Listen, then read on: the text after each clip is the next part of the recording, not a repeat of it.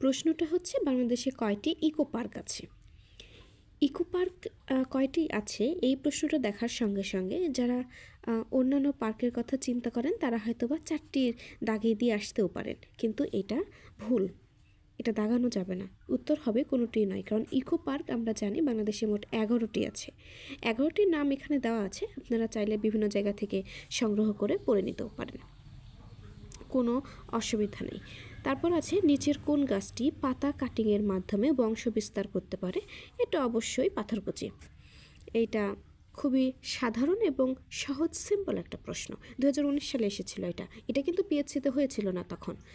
পিএইচসিতে আমাদের প্রশ্ন পরীক্ষা হয়েছে 2021 সাল থেকে, এটা 2019 সালের পরীক্ষা। তারপরে আছে চারা রোপণের কতদিন পূর্বে হার্ডেনিং করতে হয়। এটা কিন্তু অবশ্যই 30 দিন হবে, অবশ্যই এটা 30 দিন হবে।